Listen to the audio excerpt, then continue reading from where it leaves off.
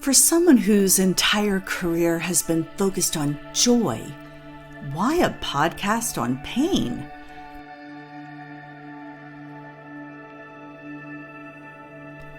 Because these stories need to be told. A good phoenix rising out of the ashes story reminds us all that not only can we survive, we can thrive. And when we emerge, we're different. That's the alchemy of pain.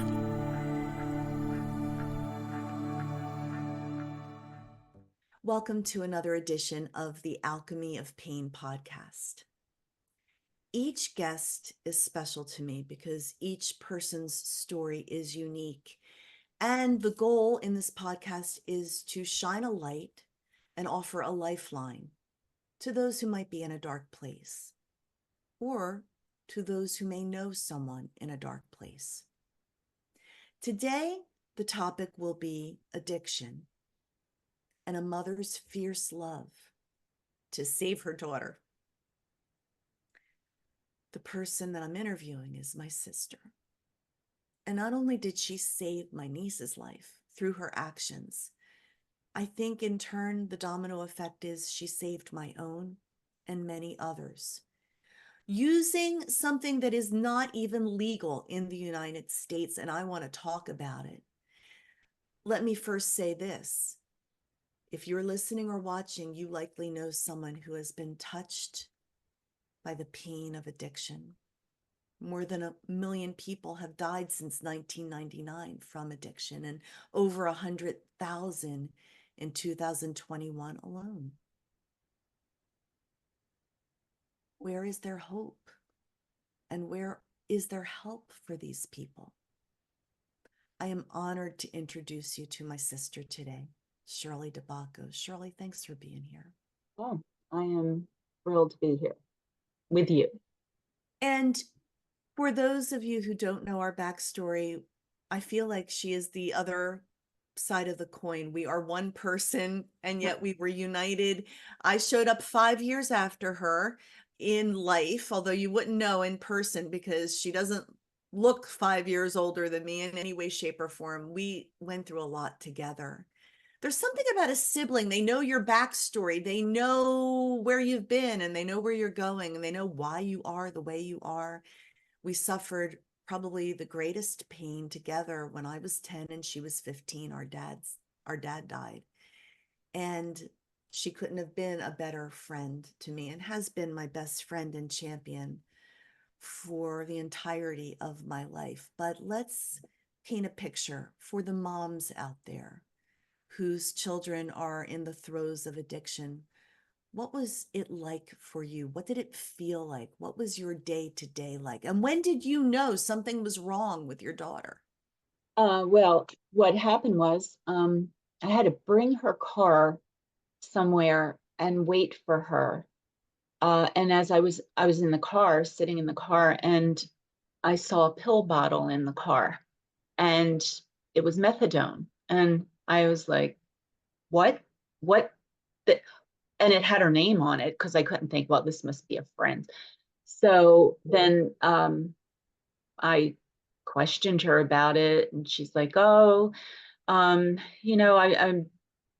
Anyway, what it turned out was it was opioids that she had a problem with, and so immediately I had gone to a therapist about a year before that because she was just we were not getting along. There, I didn't know what was going wrong with our relationship, so I'd seen a therapist. So I called him and I said, can you recommend, this is what I know about my daughter now. And now that answers a lot of questions about her, the way she was acting.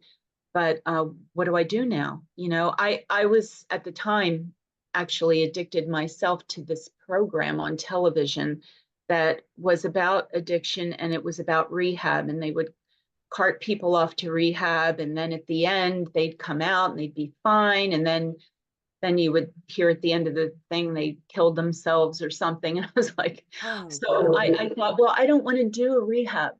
There has to be another way to do this where she can remain in my home and live her life. And so the therapist recommended this psychiatrist whose specialty was addiction. And so we immediately, my husband and I went, and he told us about suboxone and how he, by law, was only allowed to prescribe to so many patients. And there had been addicts who had died because he wasn't able, to put them on his list. So we were so grateful that he was going to be able to give us this suboxone. And it turned out to be 5-year long addiction under the care of a physician, because she would get sick if she didn't have it. There was no exit strategy. She became suicidally depressed. So I was on the internet whenever I had a free moment trying to find out, how do you get off of this? There were people that actually went to rehab to get off of Suboxone. And here it was being presented to us as like a solution, but it was no cure. It was just a treatment that was never going to end. I know that there are so many parents out there who are frantic, and Mm-hmm. you were frantic to find an answer for your daughter because of Mm-hmm. your great love for her. Of course. I also want to remove the shame that so often families deal with. Mm-hmm. Like, we're supposed to have the perfect family, or what did I do wrong? And you can do everything right, and your child still land in the abyss that is addiction. Yeah. It's pervasive in society. Mm-hmm. Sometimes it starts out as just recreation, and next thing you know, you're almost a zombie. Oh, And but I also know people whose children had injuries, sports injuries, and they were put on Oxycontin for pain, and it started that way. It's that's how things start. And then you're not warned about the actual horrible danger of addiction when these doctors prescribe it. And before you know it, you have a big problem. I'm sorry to interrupt you, oh but no, you're supposed yeah, to interrupt me. And by the yeah, way, okay, good. we're I'm trying to treat you like a regular podcast guest, and yet you are my beloved sister. So I want you to interject wherever you can. And I'm Yeah. also wanting to speak to the entirety of the audience and saying, we need to stop trying to look like we have the perfect families. And we need to stop being ashamed when our children or our relatives don't fit the mold of, I'm a successful parent, or Mm. I am good at doing family. I mean, look, I think we're all here on this journey in life to face the messes, and it's how we emerge from them that helps us fulfill our purpose in life. So you watched for 5 years your daughter go from one addiction to a pharmaceutically physician prescribed addiction, and she was becoming more and more a shell of herself. Just so you know, we're talking about a beautiful, vibrant, brilliant young woman who Hmm. could have had the world as her oyster.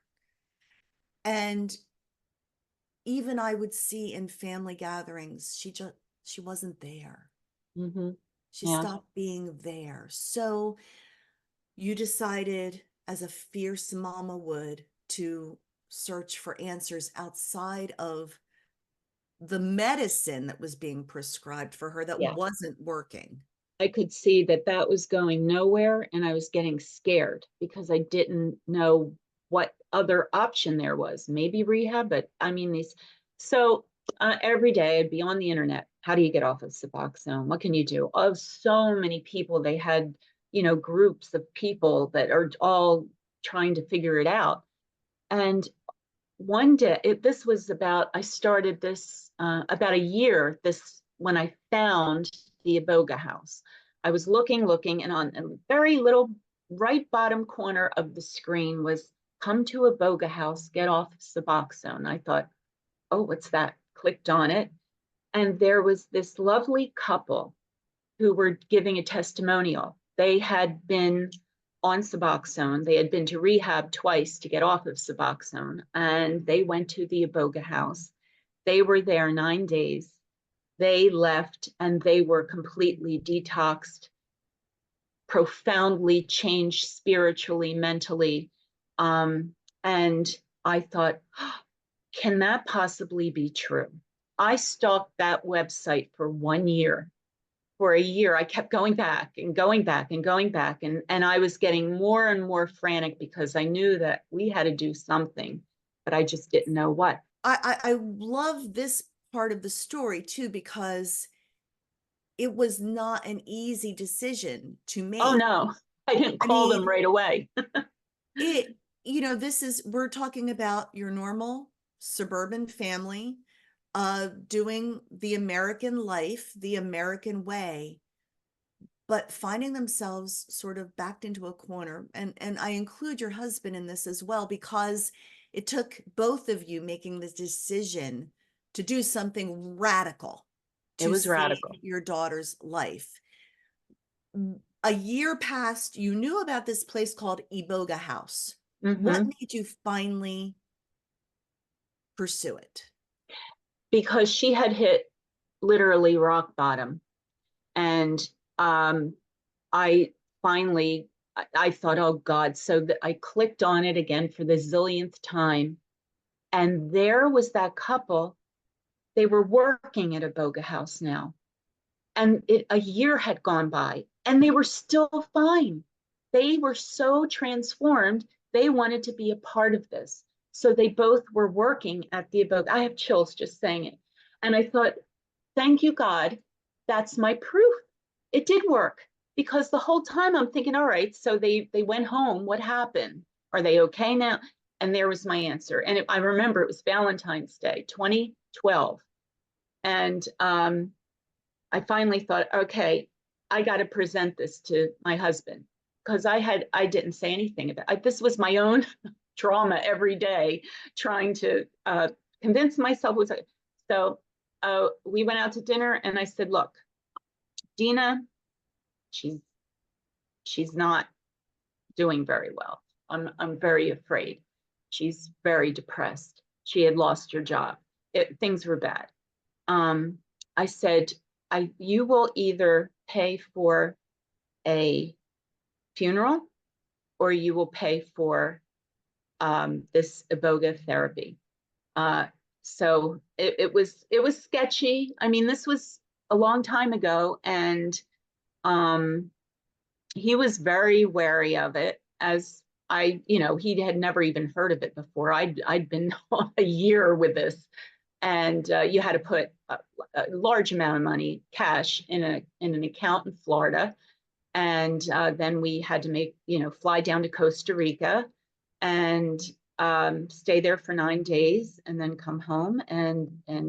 But I said, look, it's either going to be the funeral or that, because it's going to be one or the other. I know it. And I think that's what really made him realize we were in dire straits. We had to do something drastic. So I called. Then I called the place, and I got her in, like, that was mid February. We went down the end of February. We were there 9 days. Here we are in 2024, and talk of plant medicine is far more prevalent, almost even accepted, even though many forms of it aren't legal in the United States. Thought leaders, people like Tim Ferriss, Andrew Huberman, podcasters are talking about the effects of plant medicine and miraculous properties. But back in 2012, Yeah. I remember when you told me, so we're going to go to Costa Rica and we're going to go do a boga. I remember thinking, is my sister losing it? This is extreme and dramatic. And it actually really was. Yeah. And you were the only one I told. You, Tony. I didn't tell Mom. Oh my God. I never. So Well, I now just, she knows, Cheryl. yeah, I know. Now she knows, and this is the thing, because it was such an important decision. You didn't want to share it and have anybody talk you out of it either. Exactly. Because I knew if I said anything to anybody, they would say, you are crazy. it's don't do it. And they would have talked me out of it. And I didn't know what else I was going to do if I didn't do it. So I So just for the said to audience, I got to tell you guys, my sister, she's the well-behaved one of the two daughters. Okay. She is pleasant, a peacemaker. I am a fighter and I'm the one that rattles the cage. So for her to do this was completely out of character, but it does characterize the ferocity of a mother's love to save her child. Mhm. So you got the okay, you and your husband agreed it was going to happen. He said, How, with I had to go with her. He said, we will not send her down there with a bunch of strangers and with taking something that's illegal in the United States, blah, blah, blah. So I said, okay, fine, I'll go. And I said to the woman there, you can, I don't even need a bed. I don't care. But we had a nice room. We had all our meals were fresh. Oh, but an eye-opening experience. You had eggs sitting on a counter because eggs don't have to be refrigerated if they're fresh eggs from real chickens. And it was just yeah. there's another person in this equation, which is your daughter. Okay, so you and your Mhm. husband were on board. Was it difficult to get Dina on board with this? No, we had been to Costa Rica a few years before that, just as a vacation, she and I, for a long weekend. She loved it there. She loved magical things out of the ordinary things anyway. So the this after Tony, it was like Friday night when Tony okayed everything. So then Sunday after church, I drove to her apartment. She opened the door to her apartment, looked at me, turned around, went upstairs, crawled into bed, and pulled the covers over her head. So I spoke to the covers and I said, Dina, I have something I need to present to you. I blah, blah, blah. I told her the whole thing. As soon as I said Costa Rica and as soon as I said an African shaman, she's like, I want to go. I said, well, wait, I have a whole presentation. You got to listen to all this before you say yes. So she agreed, and then that was it. Then we went. So this was a journey and you show up. Did you really know what to expect? No, I had an idea. I mean, I knew the people there were like, to me, they were like celebrities because I had been stalking them for a long time on the internet. So when we landed at this airport in Costa Rica and we're standing there and they told us this person, Brad, would be there with a sign and that said Iboga house. And we're waiting and I'm thinking, oh my God, what a disaster. He's not here. And this is a, and then all of a sudden I see him and with his sign, and I'm like, thank you, Lord. And he was, took us down to, and there was another woman there who was also there for coming for treatment. So we all got in the van and went to a Iboga house. And um, all we had to do was she couldn't eat. Now it's much more regulated down there. It's not, it was pretty, he said, just tell her to take suboxone before she gets on the plane and then we'll do our first ceremony that night. They would never do that now. I was lucky, but I was desperate and I trusted him. And I had prayed so many prayers that I really believed that was 95% of it all being successful because, we had a little scary time while we were there, but it all worked out. Many people who are familiar with plant medicine are less aware of Iboga. Could you tell us what Iboga is? It's Iboga is a plant. It's an evergreen shrub in the rainforest of Central Africa. And the psychoactive properties are in the root of the bark of the root of that plant. And there's a tale they tell that this woman cooked it in Africa and her husband ate it and he was having visions and everything. And that's and there was an addict in New York City many years ago. His name was Howard Lotsoff. And in 1962, he was a heroin addict.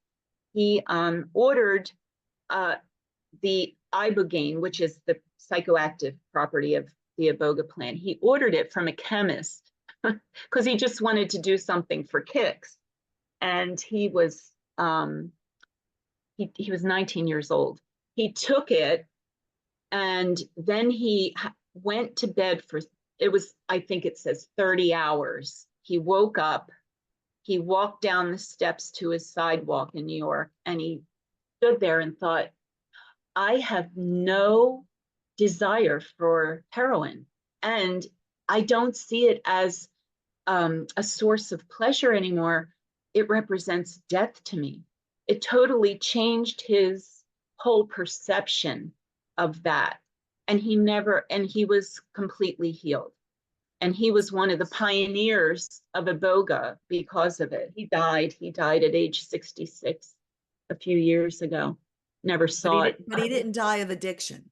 No. That was the end of addiction for him. He So didn't this even has know what been- he was taking. So Ibogaine was published in the literature even as early as the 60s. So it's been out there.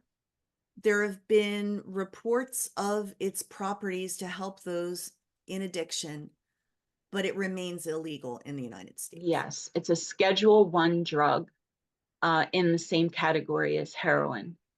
And it's illegal in the United States. Don't get me started. No, I want to get you started. Yeah, curing is not profitable. Treating is very profitable. And just think about it. You know, there's a Dr. Deborah Nash. She's out of Miami, Florida. She's been doing research on this. She had a grant in 1994 so she could be given a new drug license and use it. She's done so many treatments on people in research, and she's had success. And then she had a lack of funding and other barriers, and prevented her from proceeding to get it legalized. But she's still around. She's still trying. You can Google her, Dr. Deborah Nash. She and lots of, I think I wore out their videos too when I was researching, because it was a thread of hope for me. We, as law-abiding citizens, don't necessarily easily say yes to something that in our country is illegal. Right. You don't want to, yeah. You had to get past that barrier too. And look, audience, I'm not saying go do illegal things. Right. But I am saying, if you seek, you will find. And my sister was seeking answers, and she found an answer. We're going to go through your Iboga experience at Iboga House. But can we just say who Dina is today and how she is doing? Just so everybody knows, let's get to the good part quick. So she went really quickly. We'll say she went to Canada, and it's legal there. And she went to work with a friend who had an Iboga therapy place, and she met a lovely man who is an Iboga provider, and now they are living in Costa Rica. They have a little boy, Atlas. Everybody's clean. Healthy. What? She's clean. Oh, yeah. Never. She's cleaner than most of us. Yeah. Oh, she's healthy. She's organic. She's great and beautiful and healthy and a great mom. And it's a beautiful life there. They're eating all, organic food and real eggs. And it's so different. So the good news is 12 years later, she is clean, sober, clear, successful, happy, healthy. I mean, all the things a mom could wish for her daughter. Yeah. So getting to there from Costa Rica, there was a scary 9 days. And we're not going to paint this pretty little picture. It was rough there. Yeah. Tell me some of the highlights of the Iboga experience. Well, it really was like one day. Magenda was the name of the shaman, and he said if she's uncomfortable in any way, just come tell me, and we'll take care of it. And she did. I mean, I when they brought her back the next morning, it was an all night ceremony. They brought her back. She went to bed, and then Jeannie, Brad's wife, came down and said, "Your daughter wants to see you. She wants to give you a hug." And right then and there, I knew things had drastically changed. I ran up the steps and we had this wonderful conversation. And it was like, oh my God, it was wonderful. So she was fine. And then she started to get some muscle aches and not feeling well and everything. So she was given another dose. And then she went into, I'll call it a sleep that lasted for a very long time. And I was just fanning her and praying to God and my husband was calling, how's she doing? And I said, well, she's sleeping. And I'm thinking, oh Please God. let her wake up, because it looked Yeah. like she was in a coma. Yeah. To me. Yeah. Yeah. But everybody was acting very calm. So I thought, I'm not going to freak out here because what are my options? So, and then finally she came out of that and then she was fine. Now it is much more regulated and controlled down there by it's not as dangerous. It was dangerous when I went. I mean, it worked for many people, and I don't want to say bad things about it because they were wonderful people and they were doing what they did the way they did it. But And it now, worked, and it because she worked. was also a several pack a day smoker too, wasn't she? Oh my God, she smoked like 3 packs a day. And then my son went to Canada after she came back in 2012 in October. He went and has never touched a cigarette since 2012. And he has this app on his phone that tells him how much money he's saving. Every year it's his anniversary. It tells him how much money he's saved and how much many years he's added to his life by not smoking. But it worked for that. It works. I mean, it's for depression and spiritual journey. I mean, you kind of watch a video of your life with your eyes closed, and it's not anything. See, it's a Schedule 1 drug like heroin or something where you would take it to get high and have fun. It's not like that. It's a serious No, medicine. no And way, that's why it's baby. ridiculous to be in that category. Nobody would ever do it It's no once. party drug. And it is, well, so there's been a ripple effect. And I will go into a little bit of my story. And I've never gone public with my own experience with plant medicine, Mm, but now's the right time for it. So when Dina came back, she was this bright, shining girl. And I remember sitting at a table with her and thinking, she is completely transformed. And as she was talking about it, she was animated and said, Aunt Brenda, you need to do this. Now, I was not in addiction. right. I was certainly lodged in a life that didn't fit me. And I was lodged in a marriage that didn't fit me. And I was making myself smaller and smaller and smaller to try and fit the societal norm and fit in. And I remember when Dina said that to me, I got visibly upset. I had to leave the table and I burst into tears. And basically, I shut her down because I knew if I would follow that path, it would blow my life up. And I was not Mm, ready to have I wanted to still pretend that I was doing the mainstream American thing. hmm And yet her visible glow and freedom stuck with me. Yeah. Stuck with me as something happened here that was tremendous. And several months later, maybe even a year later, my marriage blew up and I left. And when I left, I remember I was at your house and I remember thinking, okay, so I'm free from the marriage, but I'm still not free. And wherever I go, I still take myself with me. And there's something inside of me that I've never made peace with. And if I don't deal with this, it will continue to deal with me the rest of my life. I will end up in another bad marriage or another toxic organization or. And that's when I said, okay, the first thing I did after I left my husband is I worked with you and Dina, and I scheduled my own trip to Costa Rica for a psycho-spiritual journey. I wanted answers. And they do say that other plant medicines will help you ask questions, but Iboga will give you answers. And in my experience, a week in Costa Rica, the first few days, and I remember calling you. Do you remember that phone call? Oh, I remember it. Yeah, I remember. And what did I say? Well, you wanted to come home. You didn't, you're like, this isn't for me. I just don't think it's for me. And Jeremy was sitting right across from me. They happened to be at the house. And I was like, what do I say? And he goes, just let her talk. Don't say anything. Just let her talk. Oh, I did.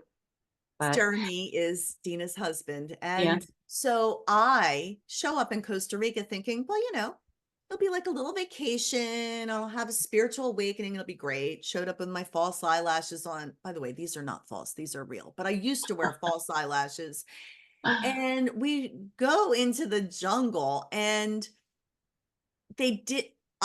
For me, the big aha moment was when they didn't have a blow dryer.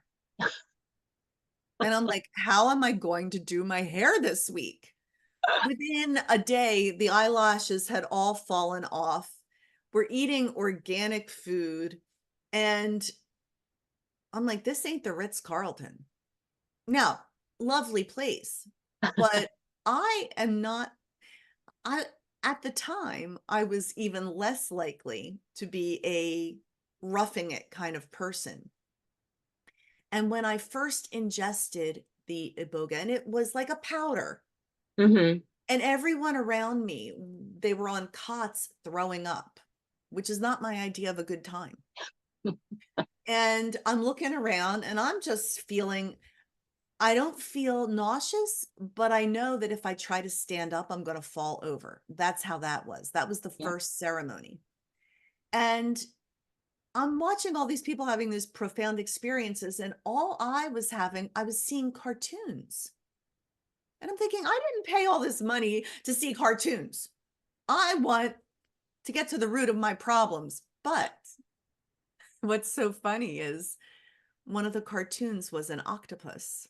Ah. And we'll get to what happened there, but I ended up writing a poem from my experience with Iboga that ended up being the very first collaboration. My sister is a gifted artist, and I've always been the writer.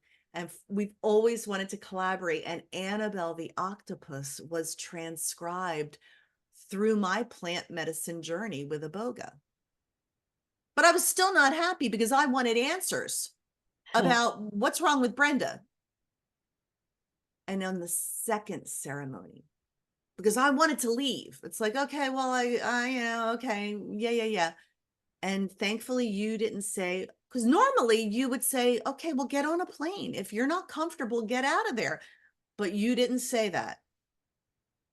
If Jeremy hadn't been there, I probably would have, because I don't want to be responsible for, it's because of me you went there, and then I didn't want you to be unhappy. So You are and have always been the anchor in my life. And I remember when I wanted to leave my husband, you were the first person I called. And I remember praying before I called and saying, okay, God, if she says stay, I'll stay. If she says leave, I'll leave. And I remember my words were, I want to leave Dwayne. Oops, sorry, I said his name. Oh, well, yeah. everybody knows. And you said, go, run, do what you need to do, live your life. Yeah. And I remember thinking, wait a minute, this is a woman that's been married at the time like 35 years. True believer in marriage. I trusted your instincts, and I Mm. still do. And so there I am laying in the bed, recovering from the first Iboga ceremony. I'm like, I want to go home. I don't have eyelashes anymore. I can't blow dry my hair. I want to eat sugar. I mean, I'm cranky. And you're like, you just let me talk. And I stuck it out. And the second ceremony, Was the I one. got it.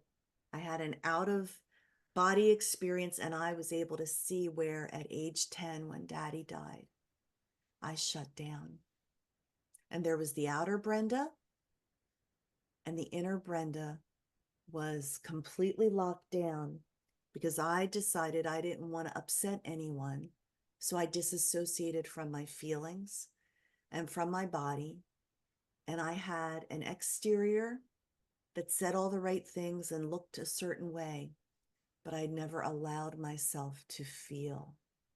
And I remember saying at the end of that ceremony, Brenda, I will never turn my back on you again.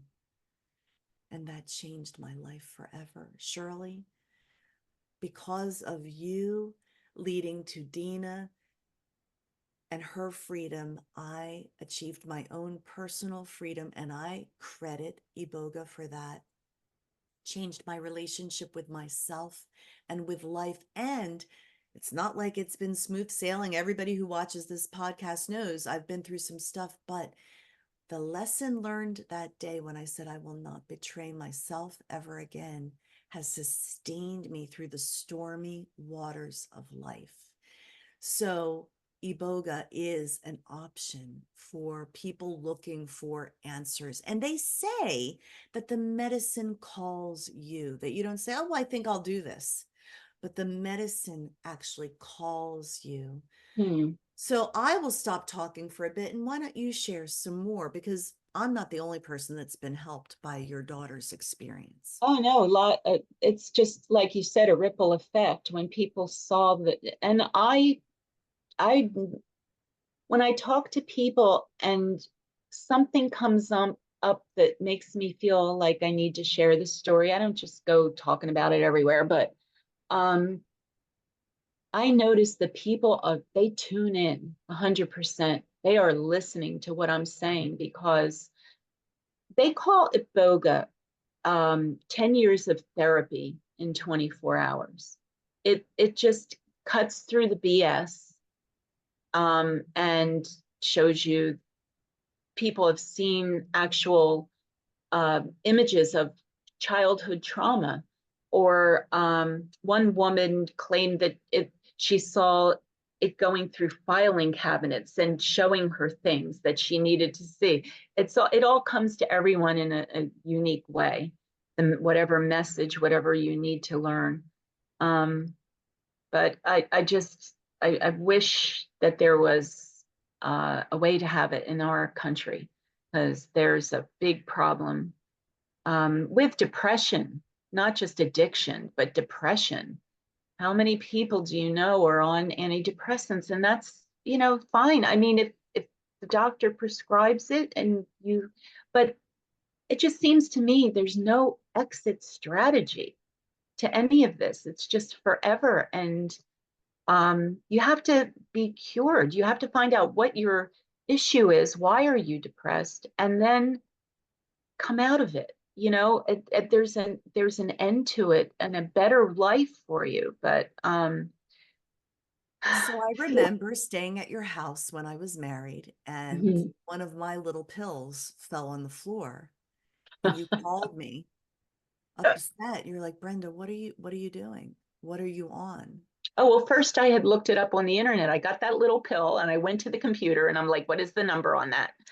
Because I was like hyper sensitive about this kind of stuff since Dina had gone through it and everything. And when I saw what it was an antidepressant. And then I thought, well, I wrote you a letter. I think emailed you and just said, I'm not trying to tell you what to do, but I saw this and I'm worried about it because blah, blah, blah. And so anyway, that was Well, so the backstory, everyone, and we never demonize any life choices on this no. podcast. I mean, if you're doing something and it's helping you and it's working, I applaud that. Every person's journey is different. But if there's something in here that's nudging you, then it's for you to hear and listen and respond however you feel led to. Mm-hmm, So, back when my marriage was bad, which was for most of it, mm-hmm, finally he agreed to go to counseling with me. And instead of dealing with our issues, I got a prescription. And I was on that medicine for 10 years. And what it did is it sort of flatlined me. So again, I didn't feel. And I remember you saying that you were concerned about me being on it. And then it wasn't that long after that my marriage ended. And I researched Iboga and set my appointment to go. And they said, you need to be completely off of your antidepressant Right. before we will administer the Iboga. So Right. things had definitely changed since 2012. Oh It yeah. was 2017 when I Mhm. did my journey, and it took me about 3 months to fully get off of Zoloft. And I felt it, man. I felt completely shaky. I mean, this was part of my chemistry for over a decade. But I thought, well, I could either stay there and be stuck where I am. And like you said, I didn't want to have 10 years of therapy. I wanted answers and I wanted to be free and I wanted to get on with the better part of my life. Yeah. So I did detox off of the Zoloft. And I've since learned, that numbing your pain never resolves the pain. Right.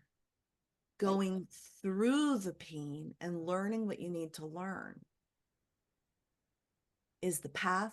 It was the path for me, and I am forever grateful. But since the main pain discussed in this podcast is the addiction, there have been other people. It's not just your daughter. There have been other people that you have led to the Iboga house who have gotten free from their addictions as well. Mhm. Addictions and depression, and you get a lot of clear answers. I did it only because, well, not I'm just so perfect. I wasn't addicted and I had no depression or anything like that. But no, I just felt like I'm telling everyone about it and I should experience it myself. So I'm not just talking about something that I actually haven't done. Mm-hmm. So I went to Canada when Dina was in Canada, and the beautiful part of that was that I saw Daddy, and he, but I didn't see him. It was a figure made of stardust, and I called for him, and he appeared, and he hugged me, and as soon as that hug happened, I knew it was him. I didn't hear a voice, but I felt such incredible love. Like, I can't even say how that felt, but it was just this love, love, love, love. That's it. The Beatles know all you need is love. And that, I got a dose of that, like this humongous dose of that. And that was what I took away from that. It was just love. So in the show notes, we're going to put resources that people can look into for practitioners that administer Iboga ceremonies and that can help people if they're interested in this. Mhm. I always, and I publicly want to applaud your bravery Yeah. for going outside of your way outside of your comfort zone to see and to celebrate together that you did not have to buy a casket for your daughter. It Yeah. was an And they investment in say her. you are only as happy as your unhappiest child. And it's so true. If your kid is suffering in any way, you can never be happy because you're suffering along with them. And so her journey saved me too. And I will also say it's brave that you're doing this podcast because not everybody in your world knows the backstory of what Mm. your family went through. Hmm. But there comes a time when it's time to tell the story because there is no shame in it. It Hmm. has a happy ending. And if in the telling of the story, it can help one person, then it's so worth it. I actually Oh, yeah. hope one of these days to have Dina on the podcast so Oh, people she can would. see for themselves her brightness, her shine, her beauty, her clarity, her wisdom.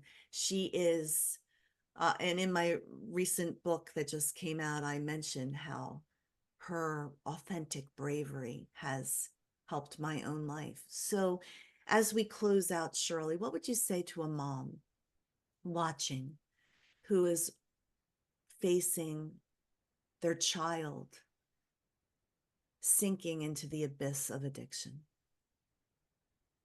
There are options other than the norm that everyone um, is presented in our country. And for me, it was scary to go outside the box, but I knew that what we were doing was not, she wasn't going to survive that way. And we had lived that way long enough to know that it was worth trying it. And it was a bold move, but it worked out. It's much safer now. Um, and if your heart, if it won't, if that won't let you go, it keeps nagging at you. Listen to your heart. Listen to what your heart is telling you to do. Um, and a very important thing is they have to be on board. Whoever's going to do this, you can't force them. It won't work unless they are willing to do it. So it's not anything that you can force to happen, but the timing, as always, was right. And she was totally open to the idea. So it made it successful. I know that. Thank you, Shirley, for Oh, being thank here. you, Brenda. My sissy, my sweet, wonderful sissy. You embody everything good in this world, and I'm so Oh, grateful I get to be your sister. I'm So, with that, we're going to close out this edition of The Alchemy of Pain. And, I always say the whole butterfly story at the end and keep pressing in that dark place because you're creating strength in your wings so you can fly. I love the fact that my niece pressed through and my sister pressed through in that dark place. And I see how they emerged strong and beautiful and with wings to fly. There is hope. If you're feeling hopeless, please know there is always hope. There is always help. And if you seek answers, you will find